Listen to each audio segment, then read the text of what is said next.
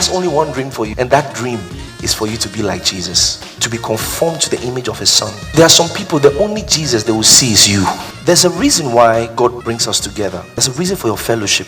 Never play with our coming together. Daniel chapter 2, I'll read from verse 16. And Daniel went in and desired of the king that he would give him time and that he would show the king the interpretation. Now, from verse 15, Daniel said to Arioch, the king's captain, why is the decree so hasty from the king? I mean, this king says, I'm going to kill everybody if they can't tell me the interpretation. I said, there's no use for all of you guys. So Daniel goes and tells Arioch and says, why is the king so... The king is in a hurry. Why is he in a hurry to kill people? In verse 16, he says, tell the king to give me time. What did Daniel do? Verse 17. And then Daniel went to his house and made the thing known to Hananiah, Mishael, and Azariah, his companions. Let that be in your mind. His companions. You see, where are your friends?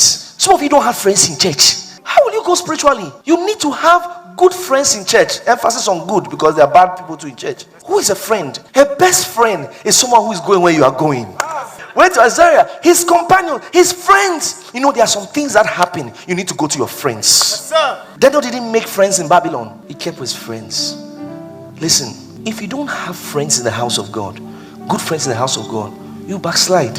It's one of the things I watch to know where somebody is going. Because you see, those friends, those people, those companions, they will be your security system in a day to come. How great you are. How great you are. How great you are. How great you are. You see your praise. You sing your praise forever. How great you are. What an insightful service we had today. I mean, today, Pastor emphasized on the importance of being in the fellowship. He also spoke about the fact that we having the right friends. He emphasized on having good friends.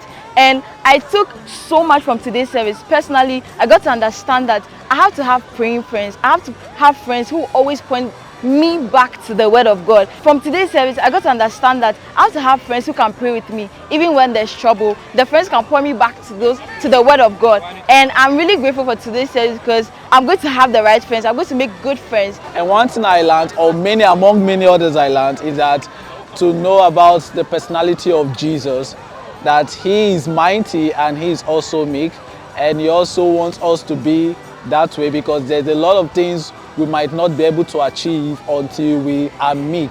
So Christ wants us to be like him. He is a perfect example we should be like.